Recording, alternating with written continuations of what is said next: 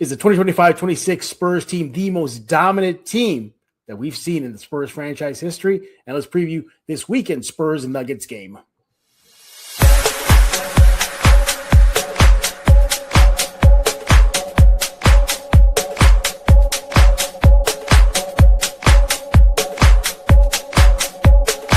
Happy Friday. Welcome back to another episode of Spurs in Focus right here on YouTube, iTunes, Spotify. Where else you can go to? You can go to YouTube podcast. What about Pocket Cast? Yeah, go subscribe to Spurs in Focus wherever you get your favorite podcasts. And we thank you for making Spurs in Focus the first and only spot for all things San Antonio Spurs. This should be your only stop when it comes to talking all things silver and black. I am your host, Jeff Garcia, longtime Spurs beat writer in San Antonio. Make sure to follow me on X at Jeff G Spurs and go check out the Substack, Spurs in Focus on Substack. You guys are subscribing like crazy over there. Thank you so much for doing that. And thank you for also subscribing here at Spurs in Focus. What are we talking about today on this lovely Friday? We're going to be asking the big question right now. Is this current Spurs roster the most dominant team that the Spurs franchise has seen since maybe the Tim Duncan era? Yeah, we're going to be looking at some of the numbers, debating the eras, all that good stuff right here in Spurs in Focus. Then preview tomorrow's game, Spurs Nuggets. Yeah, there's a team in the field right now that kind of puts a little fear in my eyes, in my heart. It's that Nuggets team. Maybe our guest can calm me down, but I got a feeling he probably won't. Look who's back, everybody. It is the Sports Answer's very own Mr. Rudy Campos. He is on X at Box Score Studio. And I think you're the only guy that can really take down the Spurs. Like you could play every position and just cancel that team out because that's how good you are. Yeah, for a little while there, I was a pretty good basketball player. I would say in a 7-game series, it would probably be 7 games, triple overtime. I'd win by one. Win by one. You get Wimby? You get him? You poster him? I on the offensive side, yes, I bully him in. I back him down in the paint. I dunk on him left and right.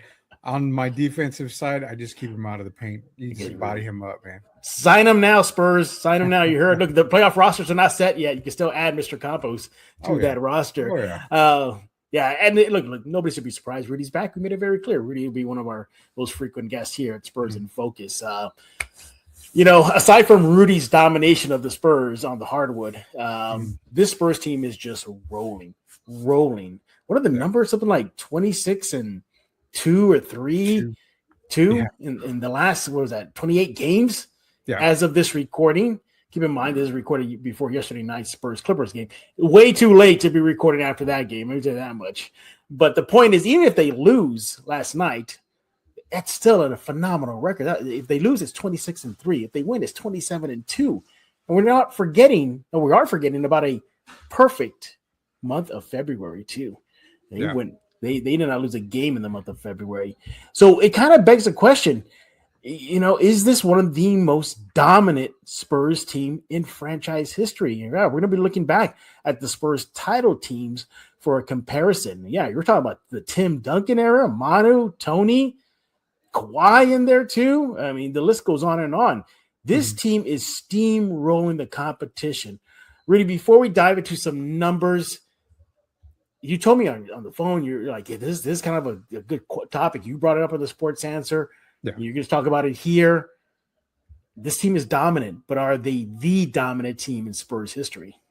So, I asked the question this past weekend on the Sports Answer, and, I really didn't hit the topic too much, but I did make a little mention saying that this team feels like it could be an all-time Spurs team. And if you're looking at the numbers, I mean, there's only in those 5 title runs, only 2 of those Spurs teams had 60 wins.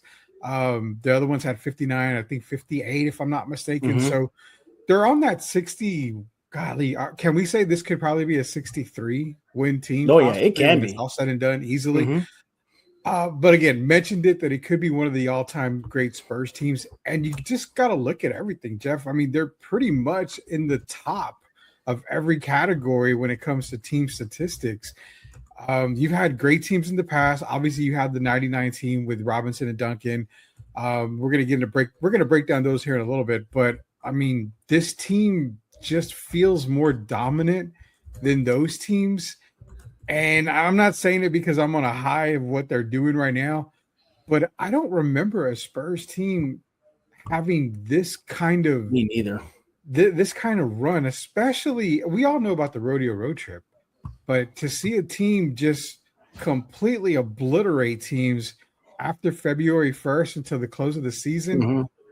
I really don't remember a Spurs team ever Yeah. doing that. So Yeah.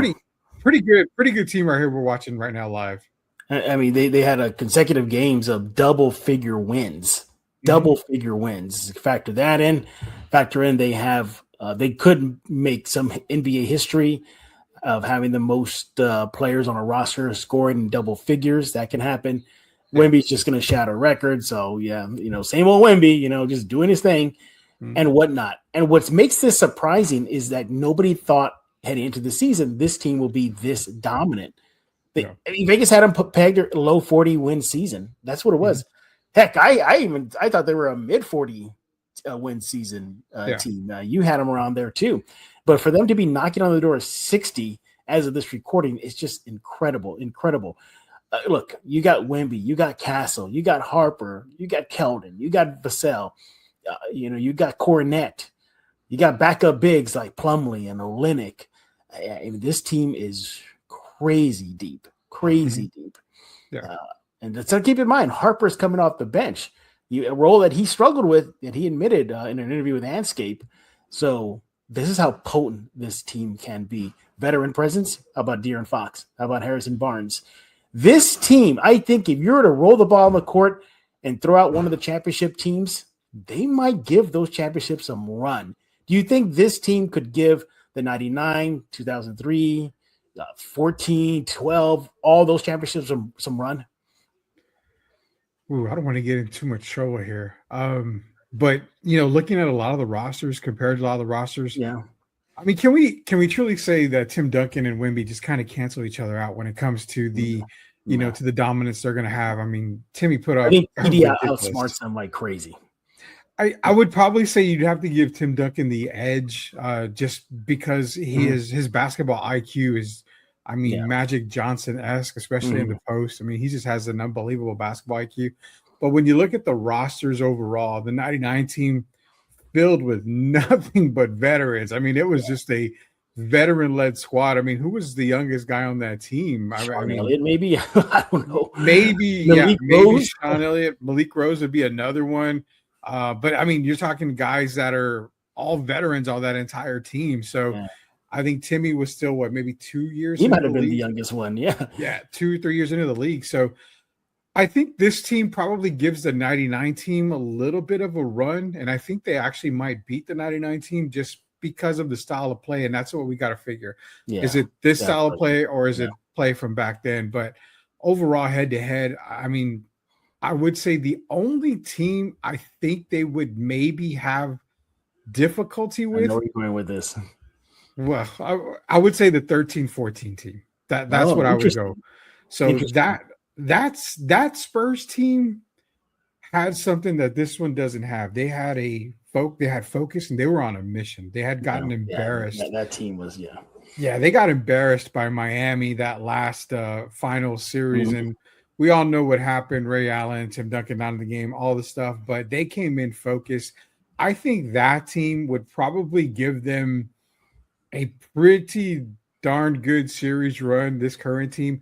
The other team I might think is maybe that 2003 team where they played the Nets. I think that team was pretty good, pretty stacked right there. So those two teams are the two teams that I would like, and I think maybe would give this team a legit shot. But the other three championship teams, I think your current Spurs roster might give them a lot of fits. Interesting you picked that revenge team against Miami, because I actually picked the 99 team as the one team that I think that could give this current team fits. You're right. It was stacked with veterans. Jerome Kersey was on that squad. Mario Elie was on that squad. Terry Porter. Steve Kerr. Thank you. Danny Ferry. Yeah. Who else? David was starting the decline. He wasn't there yet, but he was already there. And big factor was that he turned over the reins to Tim Duncan. But we look at the numbers here. Okay, so this is 99 team. We go back in time here. Now, the reason why I picked this one, because I think they were a better defensive team than this team collectively. collectively. I know Wemby's Wemby, yeah, but defensively, collectively, that 99 team they defied you to score. During that year, I have it right here. The 99 championship team, first in the NBA in defensive rating at 95.0. Unfreaking real. This year's team, third currently in the NBA, defensive rating at 111.7. That's a big, big, big, big difference there. Defense wins titles, defense wins games, defense wins series. That's where I give a big edge to the 99 team. And yes, I know they probably they were undersized, yeah, but I mean, Timmy and David, I think they could handle Wemby. Those two guys by themselves would give Wemby probably all the work. I mean, Wemby would have to really work for his numbers offensively. But here we go, and you throw this in there. Okay, what about the offensive rating? All right, so this year's squad is fourth in the NBA at 120. So they're putting up points. Now, keep in mind, different eras, different styles, different rules. It's more of a free flow game this era in Spurs basketball. Back then, it was a lot more. You could hand check. You can really body. If you didn't break a bone, it was not a foul, basically. That's pretty much what it was. But offensive rating for the 99 team, they were 11th in the NBA at 104.0. So this 99 versus this current team would be interesting because it's a battle of two styles. A heavy defensive-minded team, 99, versus a balanced Spurs current team, but defense does win games. And that's where I'm interested to see how that will play out. So I forget, too, Timmy was still young. He was not already the backy. So I think a spry, young Tim Duncan going up against the challenge of facing Wemby, although, first of all, let's be honest, David would have gotten the assignment, right? David likely would have. Yeah. Oh, yeah. There's no doubt about that. David would have got that assignment. But here's the other thing, too. Another reason why I give another edge to that 99 team is three-point shooting. Mario Elie, Danny Ferry, Steve Kerr. We've seen this year, this squad struggles against teams that are cooking from the three line. That's one of their weaknesses. And you're bringing up valid. I mean, you know what? The more you talk about it, the more I look and see, you know what? You're bringing up valid points. I mean, this makes me reconsider the 99 squad, and I look at it more where you said the defensive rating. This Spurs team that's currently, I mean, they're still one of the better defenders in the league team wise. So that's where I think it kind of 99 gets the edge on the defensive side of things. But then you look at the scoring wise. I mean, the shooting part, the Spurs were a dominant shooting team in 99. Spurs right now are not dominant shooting in 99, obviously from 3-point range, but you only had three guys that were in double figures for San Antonio: Tim, Sean, and David. I think David was at 15, Sean was at 11. So everybody else was under 9 points or less on that 99 squad. So the way I look at it is this team would probably outrun that 99 squad. So if it's a half-court game, 99 probably has the edge. But knowing that Wemby and this team likes to play up-tempo basketball, to get the Spurs in defensive mode on that 99 squad would probably be a little bit more difficult. We hadn't seen the beautiful game at that time. So I think this current team doesn't play similar to that 2013, 2014 team, but we've seen games where they've moved the ball so much that you see that defensive team, the defensive on the other team is just like, we kind of just give up on it. So there's so many factors in this, and it's a cool topic. It's a cool topic. It really is a cool topic. Yes, and we understand. Rudy and I get it. Different eras. Oh yeah, styles, different rules. We get that. That's why we're just looking at numbers right now. Just looking at strictly numbers. All right. So you mentioned the 14 team, the revenge team. Yeah. Let's look at their the core numbers, which is offensive, defensive rating. All right. So again, just to remind everybody, again, this year's squad, third currently in defensive rating at 111.7, fourth offensive rating in the NBA at 120. All right, keep that in mind. So we look at the numbers for 14. Offensive rating 111.1, so just a little behind this current team. Defensive rating, here we go again, 102.9 allowed per 100 possessions that year.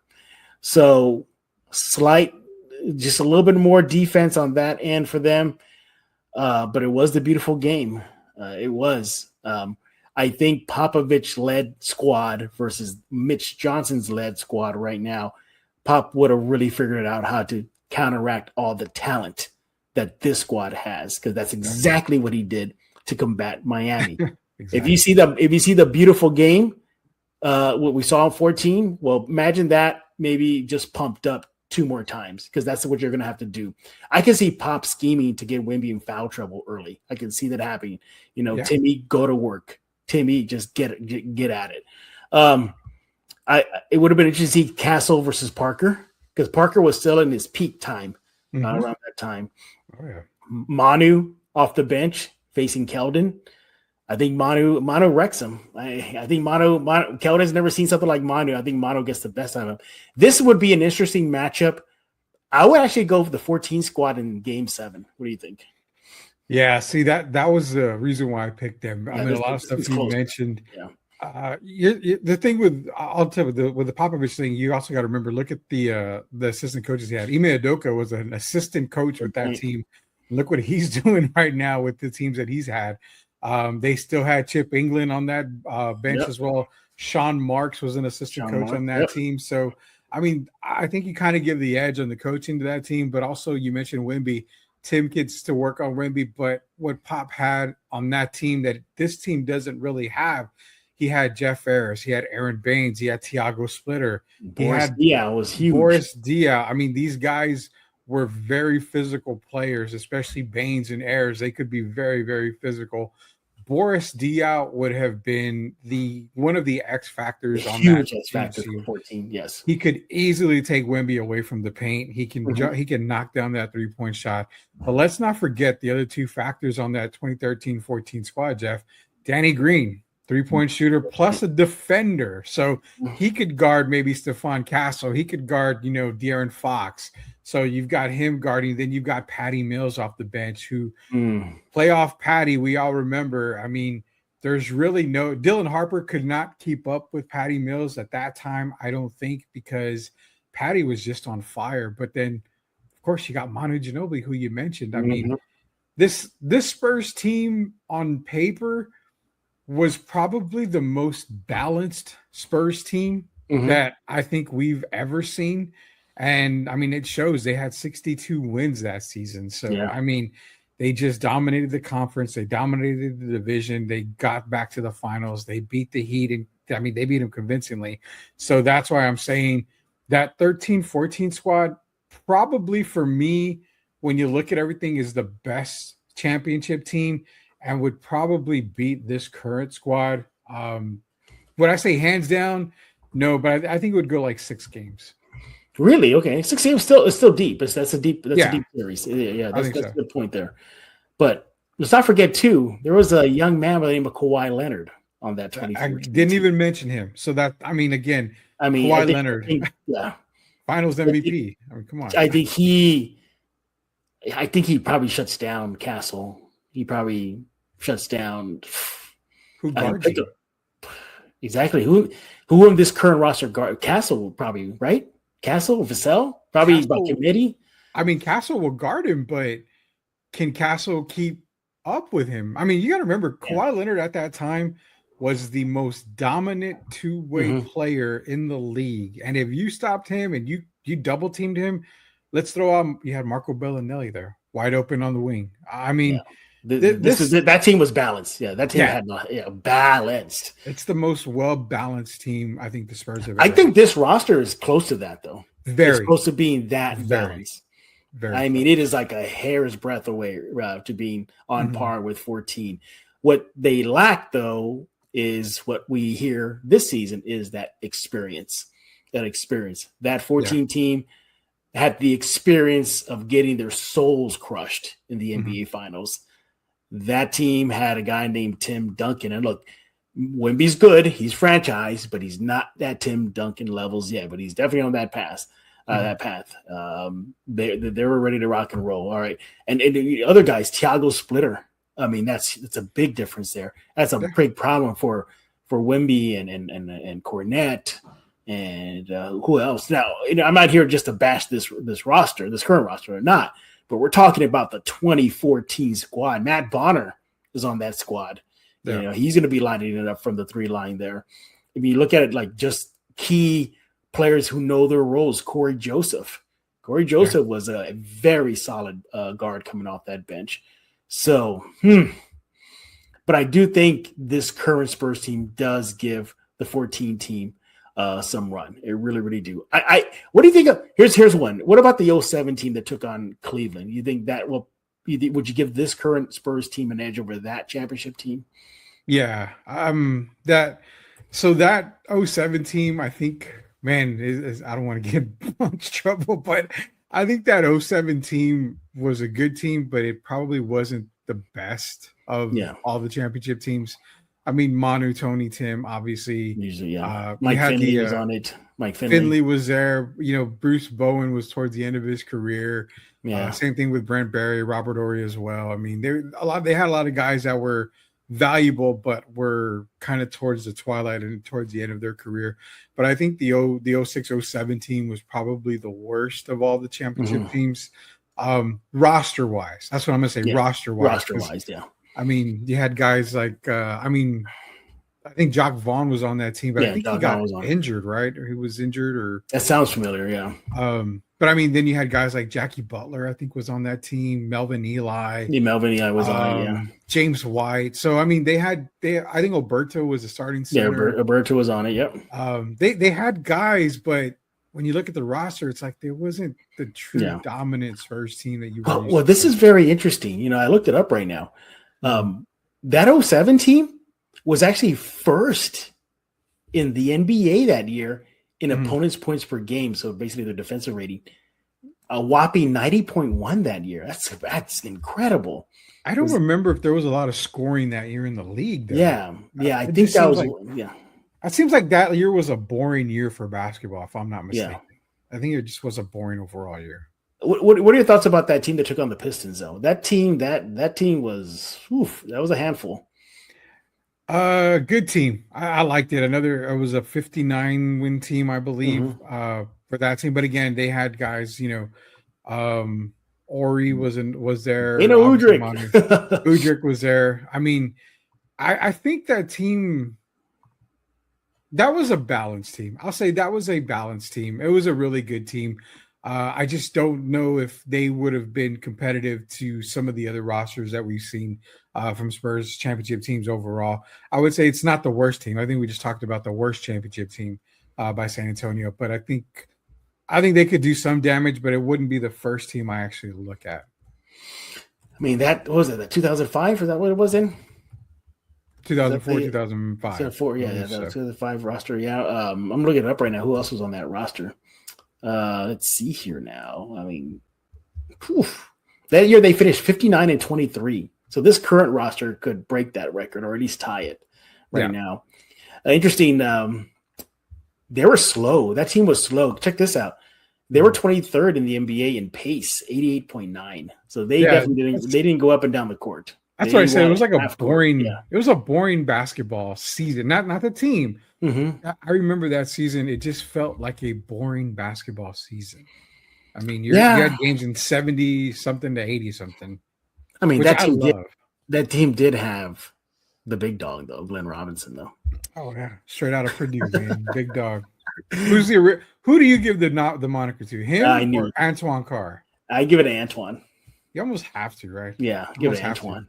I mean, he had it first. He had it first. I mean, you mentioned Brent Barry was on that squad in what was that, 13? I'm sorry, 04, 05, excuse me. Yeah, that's with the Pistons. Yeah. Wasn't Tony Massenberg still on that team? Yes, he was. I mean, he was. Tony Massenberg was there. Wasn't he drafted like in the? Rasho was still on that roster. Rasho was the heir to David. By the way, I think a lot of Spurs fans don't give Rasho enough credit. I know he had big shoes to fill. Yeah, but he put up some decent numbers with the Spurs. They weren't David Robinson levels. Yeah, but he was giving you 24 minutes here. What else? He was giving you 6.4 points per game. He was giving you 6 rebounds. Yeah, 6, 7, 8 rebounds. I mean, he did the best he could do, considering But at that team, it was already Tim Duncan's team, so he was taking a backseat to that. They had a good 1-2 punch. It was Rasho and Nazi Muhammad, right? Yeah, Nazi was good that year. Yeah. Okay, so yeah, those two guys were kind of good 1-2 punch for them, so it wasn't too bad. Yeah, it wasn't too bad. So we boil it down. Then we think the 99 and the 14 team they can handle this current roster. They can, Yeah. right? Yeah, you've got the 99, I've got the 14. Yeah, I got 99, you got 14. You know, I think they give this roster fits.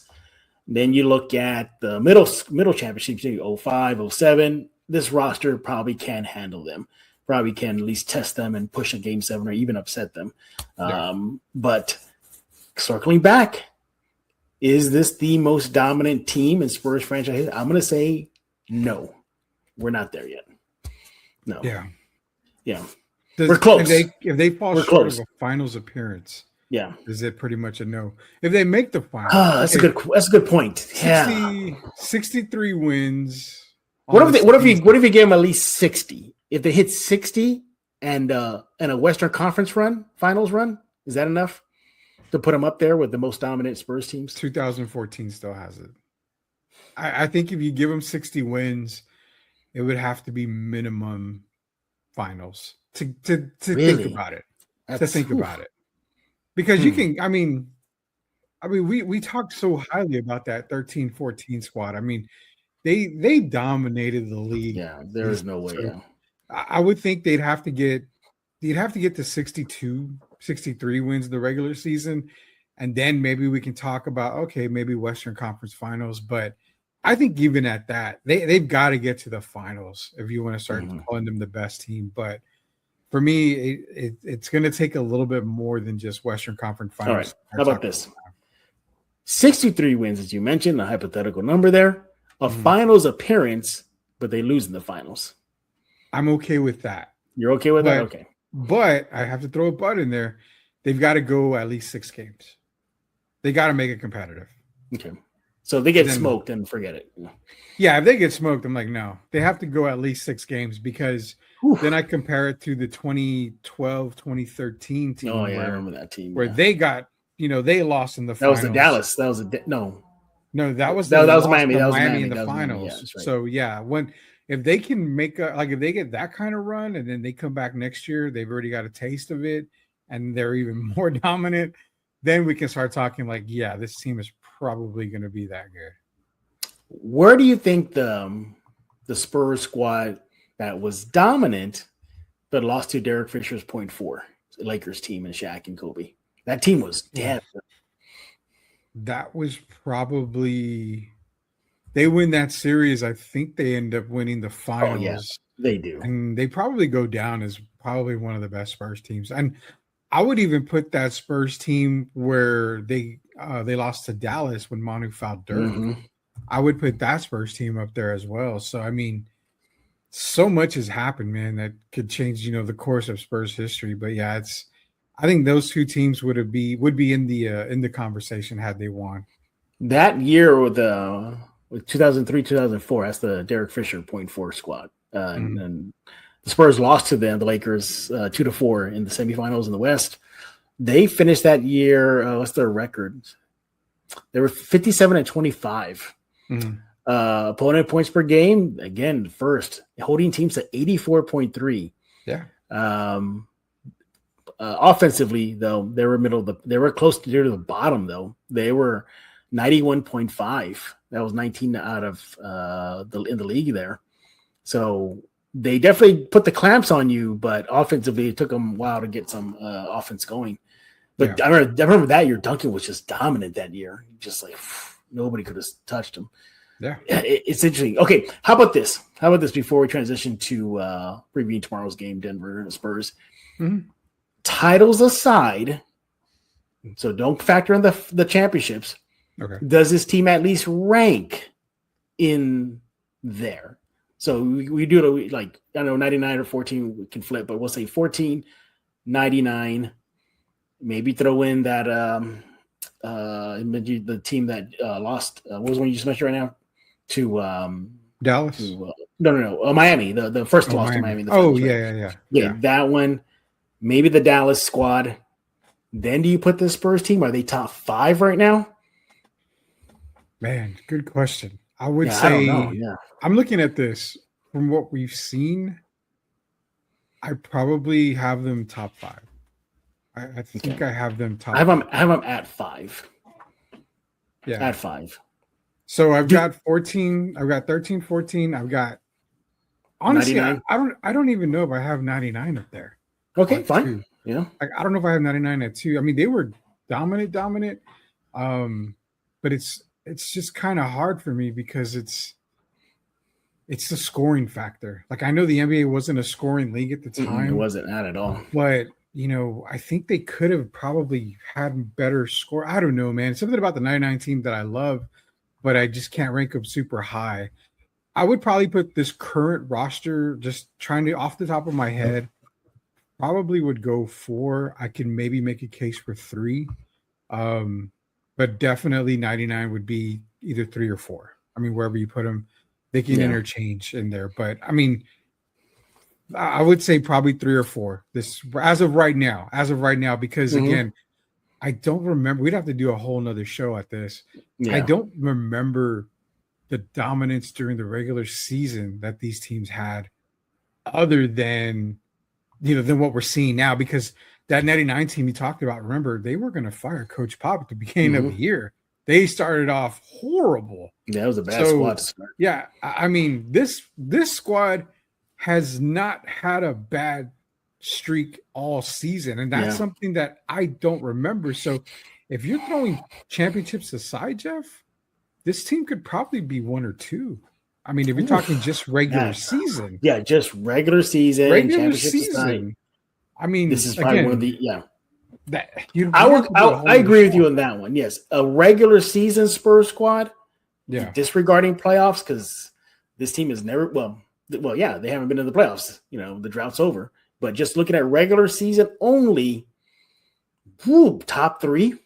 Never lost more than 2 games in the. And I don't think any of the championship teams or even the Tim Duncan era can say that. Yeah, and again, we'd have to do the research, man. I couldn't even tell. I'm pretty sure. I think maybe the Duncan eras, they probably the most they lost is maybe 3 or 4 in a row or something like that. Something still small, but not 2. Not 2 as we've seen this squad currently do now. This could change. There's still a handful of games left. They could go on a losing game. I doubt it, though. Yeah. And you talk about the mindset, too. Maybe it's not as in your face as 2014 was, but I think this team has a little bit of that mindset that, no, we ain't going to go down without a fight. No. I can see them, especially, from this guy, Steph Castle. Well, something I've talked a lot about, and I mentioned it probably for the past 3 weeks on the Sports Answer, is the one thing that I've noticed about this current roster, this team right now, and I don't know if anybody else notices it because I don't see other podcasters talking about it. I don't see a lot of other people talking about it. This team has been the most calm Spurs team I've ever seen. They're focused, very focused. They don't get rattled, man. They go, they blow a big lead, and then you talk to them, you're interviewing them. Even to Mitch, it's like, yeah, we blew the lead. We knew what happened. Okay, big deal. We're moving on. Yeah. They're fine with it. Then they come back, and if they lose that second game, it's like, okay, we understand. We got to do this better. They understand what they've done wrong, but they've never been rattled.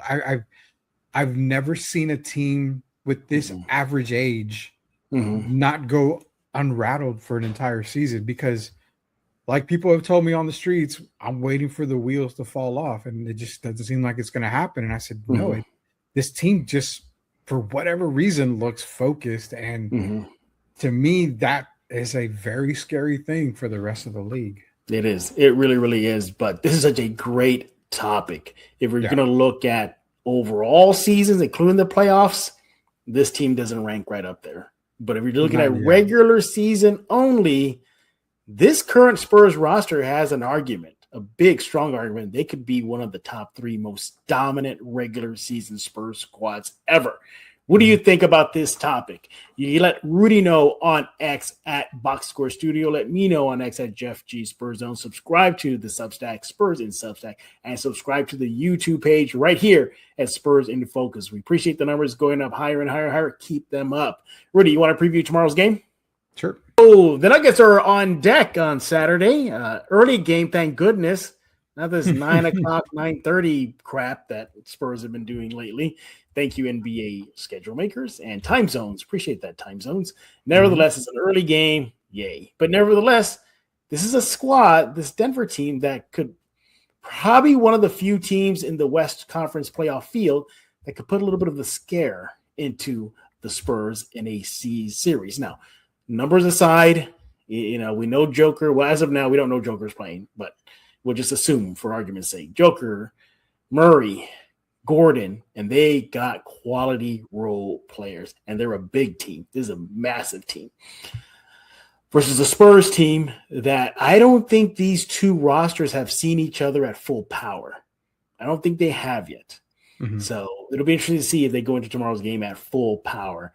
First of all, I need to see a test. I need to see Denver bring it, and I need to see the Spurs bring it and let the best team win, because I think Denver could give the Spurs a little bit of a taste of what would it be like if they were to face them in a 7-game series down the road. Crossing fingers that happens, because I would love to see that. Rudy, putting the regular season thoughts aside for tomorrow's game, do you think this Denver team is one of the few teams that could probably kick the Spurs out of the playoff tournament? Well, I mean, I've never changed my pick from the beginning of the season, and I never do it anyway at all. I've picked Denver to win the title this year. Mm-hmm. What they did in the offseason by adding a bunch of veterans that they needed from last year to help them, got them this season, and a healthy Denver squad is pretty scary. I mean, Nikola Jokic by himself can give any team, Spurs, whoever, fits on his own, averaging a triple-double again for a 7-footer. I mean, we're not seeing anything like this since, the legends of the Wilt Chamberlain days when he was averaging all these, points, assists, and rebounds. So Jamal Murray can get hot at any moment. Eric Gordon can be a huge factor. Ryan Braun, Christian Braun can get, he can cook really, really fast. Denver's got a lot of great players. And I think if they were able to meet the Spurs in the playoffs, it's almost a toss-up. Because this team, both teams, when they're healthy, are pretty equal, man. I mean, yeah, Denver, people are saying, well, Denver's had a rough season. They're only at 49 wins. They can maybe get to like 52, 53.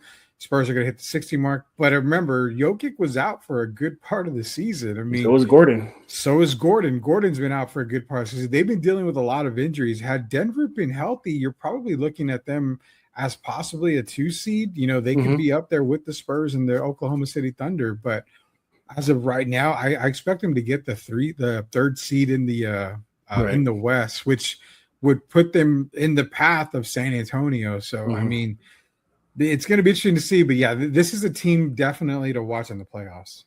Right now, as of this recording, they're actually first in offensive rating in the NBA at 122.4. They can score. Defense, that could be the Spurs' biggest edge.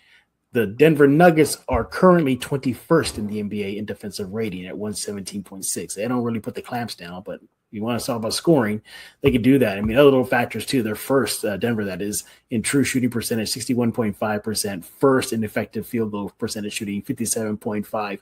Third at keeping it clean on that court. Turnover percentage, 13.1.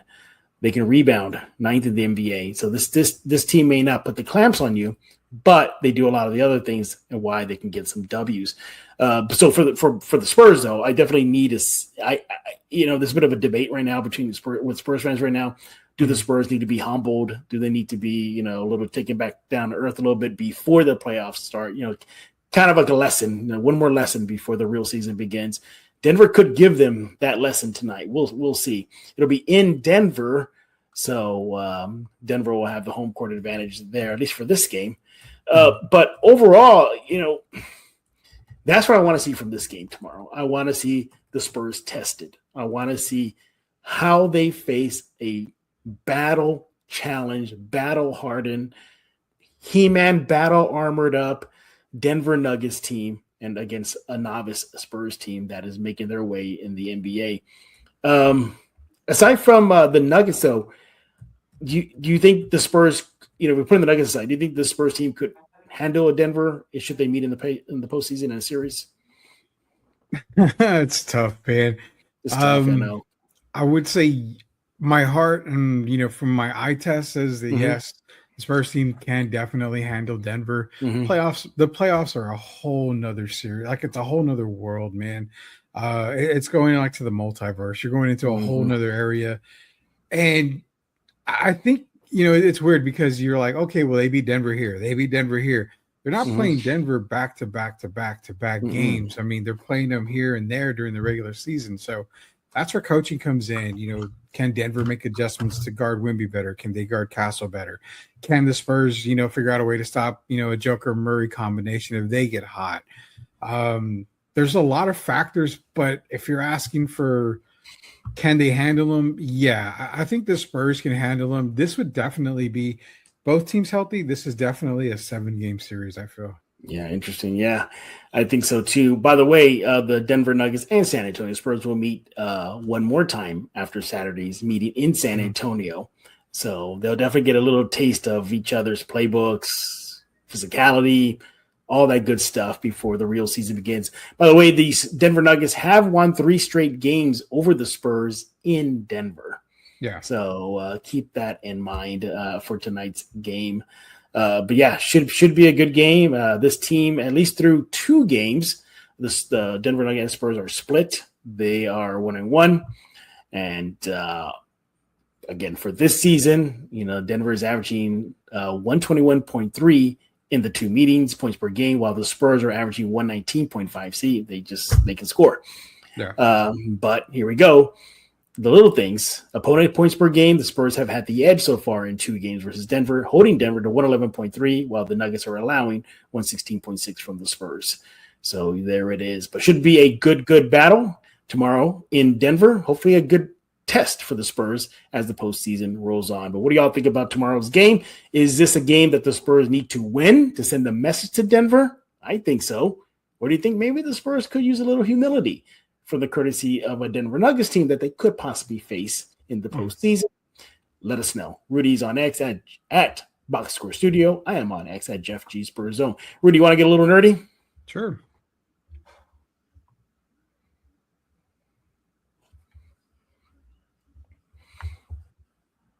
All right, everybody. I know we're pushing the time limit here. We're well over 40 minutes. We'll make this quick, everybody. All right. So every segment here, every show here, we have a segment where me and the guest get nerdy. And to my surprise, at least so far, one guest has revealed that they are kind of a closet nerd. That was James Espinosa out in the Sunday Sports Rush out in Corpus Christi. So it's always good to embrace more nerds onto the nerd bus. It's very, very friendly here at Spurs in Focus to the nerd culture. So with that in mind, let's get a little philosophical. So for y'all who don't know, X-Men 97 season 2 is right around the corner. Season 1 of 97, forget it, just go with that. There was 2 X-Men cartoons. There was the one of the 80s, 90s that was phenomenal. They rebranded it and they brought it back to X-Men 97 recently. So it's a nerd thing. Don't worry about it, everybody. The point is this. X-Men, the series, the comic book, movies, they deal with a lot of heavy topics. Mm-hmm. And one topic that is often debated amongst nerds is Jean Grey. Now, you're probably asking yourself, who's Jean Grey? Well, she is one of the first X-Men. She's part of the first class. She has telekinesis, and she can control objects, read minds, all that good stuff, right? Well, what within her, though, is kind of an alien creature called the Phoenix. And it's dormant in her when she was very, very young. So the philosophical question comes out with this. There were 2 leaders of 2 factions, Professor X with the X-Men and Magneto with pretty much the Brotherhood of Mutants. The Brotherhood of Mutants, thank you. And although they meant well, just their actions were not right. They wanted to, the Brotherhood of Mutants basically like what it says, the Brotherhood of Mutants, we embrace mutants and mutant kind only. Mm-hmm. Humans, get out of our way or we'll kill you. Yeah. Professor X was, we embrace everybody, mutant, non-mutants, and then the non-mutants will protect you because we want to live in harmony. So that was his. So 2 different philosophies. So when it came with Jean Grey, everybody, I'll make this short and sweet. Again, those philosophies clashed. Brotherhood of Mutants, Magneto saw, along with X, that, oh my God, this young lady, Jean Grey, She has this power within her that can be very, very violent, very destructive, could just annihilate everybody, including mutants, and destroy the world. His philosophy was, you know what? We see it. Professor X, my friend, because they were friends, and they kind of still were. But why don't we just cultivate it? Why don't we just teach her? Why don't we just let her figure it out and let the chips fall where they may? She's beautiful as she is, and let's just embrace that. X was like, you know what? That's a bad idea. If she can't control this, if she just cannot deal with it, this is a problem. So Professor X unilaterally decided to cage that part of her brain without her knowledge and just keep it dormant. Just cage it, never let her know about it, never know it exists there. But as she gets older, she starts developing her power series. She's like, whoa, there's something in me here. And then all hell broke loose. Yeah. So the philosophical question comes down to this: who was right? Who was wrong? Was Professor X right to control it for the greater good to protect, millions of people versus one? Or was Magneto right for saying, you know what, let's just help her develop it and maybe she can learn to control it? Rudy, where do you stand on this philosophical debate that the great nerd comic book X-Men gave us? The more I've always thought about it, I've always sided with Magneto on that sense, because I agree with Jean, when they knew that Jean had, the Phoenix Force in her, you best want to get it under control early in her life rather than get under control. I mean, you almost have to, man. It's like, if you're thinking about it, it's like raising a kid. You want to be able to raise them right and get them, prepared for life, but they may have a bad streak in them. But if you can get to them early and teach them, coach them, help them, understand, this is a part of you, but you have to learn to hone your power. And that's something that Professor X always taught at his school of X was, learn to control your power. A Cyclops, for example, learn to do this, learn to do that. He was always teaching kids, but what made Jean so different? I think Professor X was more afraid of what Jean could do because she probably ends up, she's more powerful than Professor X when that Phoenix more powerful than Magneto. Yeah. Magneto as well. So I think Magneto's right. Eric Lyncher, we're going to call him by his first name here, his government name. We're going to call him Erica, but Magneto's right. You should have been able to get to Jean early. Just talk to her, control her as far as, coaching her up and letting her know, you've got to learn to harness it. You've got to learn to just let it be, because it's just a teaching method. Something that Xavier did to every other kid. What would make Jean so different? I side with Magneto on it. Yeah, I can understand and appreciate where X was coming from. If we were to teach this girl, she can still wild out. She can just be, screw this. I'm that powerful. Conscience? That's what I guess what it comes down to. If you or the Phoenix Force could have just overtaken her. She couldn't just mentally fight back. That's the other part too. That's where X was coming from, I think. I think if you were to harness it, like if you were to coach her up and teach her, develop her like where Magneto said when she was young, I think if the Phoenix Force ever did come upon her and overtook her, wouldn't the emotion side of, what I'm doing wrong, hit Jean and say, I can't do this no more. Yeah. Rather than have it overtake her and she has no idea. So ultimately though, fans did side with Eric Lyncher, Magneto. That's what the bulk of fans said. Like, no, that's probably one of the rare L's that Professor S picked up in his path there. Again, but I can appreciate it. You're looking, I can see him like, okay, well, I'm going to basically violate this girl's mind without her knowing, and basically kind of punish her without even committing a crime yet. Yeah, just see that she's guilty already, and just cage her up. Well, cage that section of her up. Yeah. But because the Phoenix Force is so strong, it's so powerful, it could have overtaken her and then just destroyed the world, and who knows what it was done. And ultimately, he was wrong, because as she got older and it started kind of overtaking her, she couldn't control it. It consumed her to the point where she killed the man that she loved. She killed him, which is Cyclops. He was trying to stop her. He was trying to calm her down, he was like, what are you doing? Like, whoa. He killed her. She killed a bunch of her colleagues.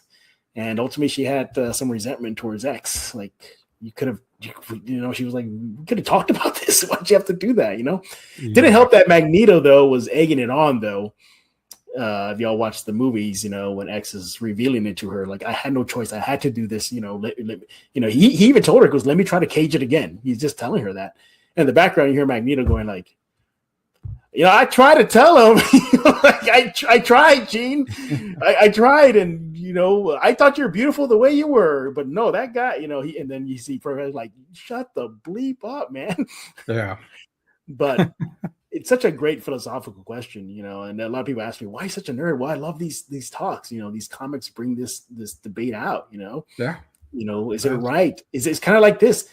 It's just like somebody knows, like, okay, I'm dealing with Jeffrey Dahmer here. He's a kid. He's going to turn into a monster.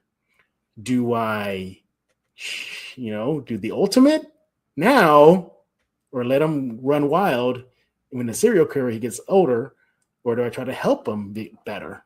It's the same kind of concept here. Is it? Do I pick any type of murderer in the world? Notorious. It's the same idea.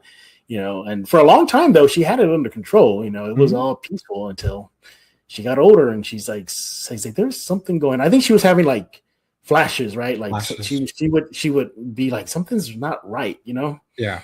And then the Phoenix Force just overtook her, and she went wild. I think she even killed X, right? She killed X, or she did something good. She killed him. So if I'm not mistaken. It's a good question. It's a good topic to talk, because I mean, like you mentioned, Deadpool 2 actually brought it up where Cable came back. They went back in time to try to kill the kid before he caused all that chaos in Cable's future. And it's a philosophical thing, like you said. It's kind of the same thing. Deadpool's kind of like, no, we need to let him know. We need to teach him. We need to make him understand. You can't turn this way. And Cable was a gung ho, like, no, I'm gonna kill this kid. Yeah, I'm gonna kill him. Yeah, I mean, you have to. So it seems like a lot of the comics, kind of go through with that. I mean, I'm a DC fan. I'm a Marvel fan, but I love DC more. Flashpoint, I mean, is the perfect example. You go back in time. Do you stop, your mom getting killed, Barry's mom getting killed, Nora Allen, or do you let it happen? I mean, that's the good thing about comics, is a lot of comics can give you that philosophical type of thinking, which is, I mean, that's one of the reasons why I love them. Y'all want to hear or read one of those situations right now. Read the Walking Dead comic book, not the series, comic book. There's one arc in there where the community, Rick Grimes and his crew, they found a prison. They found a prison. They this is great. This is the perfect way to prevent, stay away from the zombies and everything. Mm-hmm. So they clear out everything. All the zombies are gone. It's cleaned out. It's just us in there.